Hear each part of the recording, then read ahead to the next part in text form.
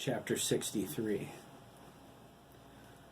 Now that the storm was over, nature wore the purest white covering Edison ever beheld. Virgin layers of snow and ice blanketed every branch. He leaped from one tree to another.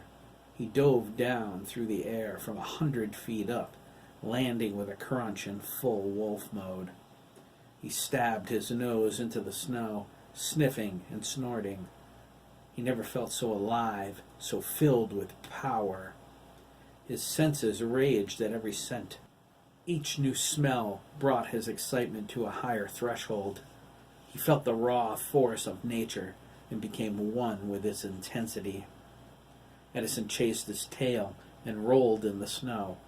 It melted into his fur and made him smell like a wet dog. It mingled with the glorious scent of freedom in the air. He couldn't help laughing at the feeling it brought to his chest. Edison slammed his claws into the tallest tree he could find and raced to the top. He looked out over the gorge into the valley below. He felt his raging excitement reach its climax. He threw his head back to howl the loudest howl ever heard on Earth. And a voice popped into his head. "Don't even think about it, Edison," Corny warned, speaking through their satellite link. "You'll give away your position to the entire forest if you start howling." Edison Wolf grinned. "I can't help it," he cried, every nerve in his body vibrating with energy. "This is wonderful. I've never felt so free." "I know," Corny replied empathetically. "The experience was the same for all of us, but we managed to control ourselves.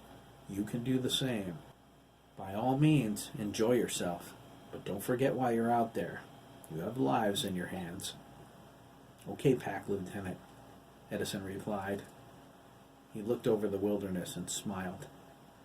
"I've never seen it like this. It's beautiful." "Check on the troops," Corny ordered. "Daniel's awake now. The Colonel and Darcy should be coming around any minute. We might see some action. I don't know."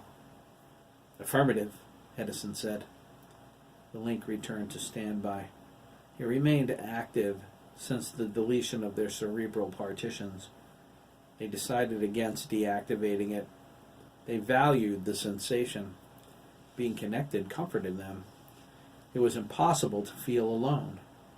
It was only a communications uplink, not telepathy.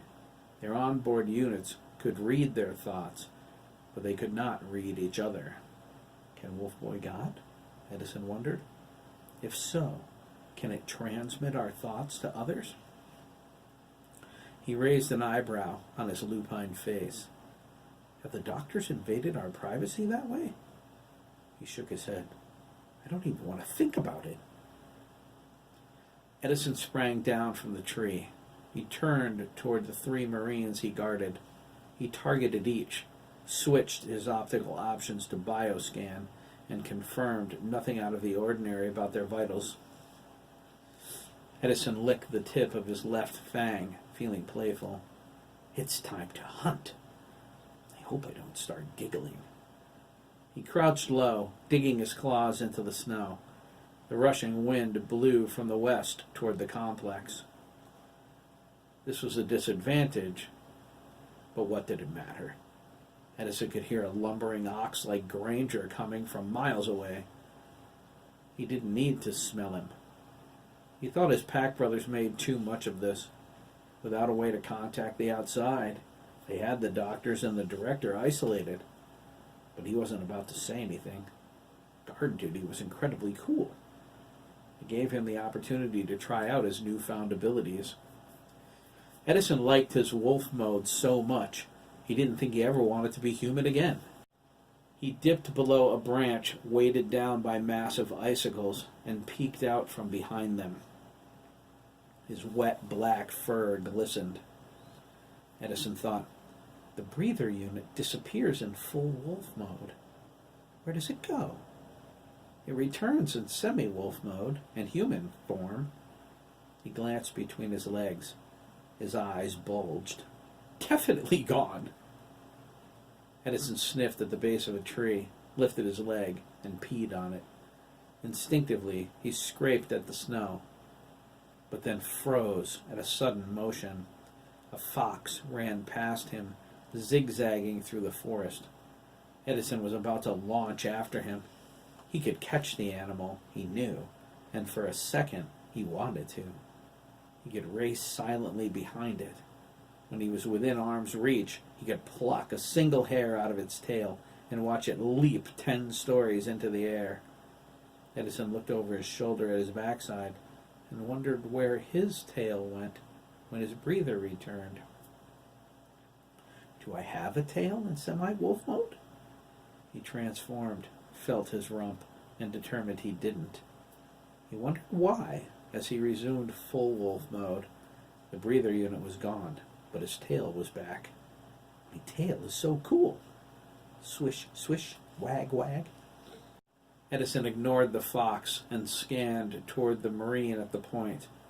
His position guarded the route from the complex. It was the most important. Edison caught his scent and smiled, his fangs extending further. The Marine had a clean smell, a young smell. Edison liked it.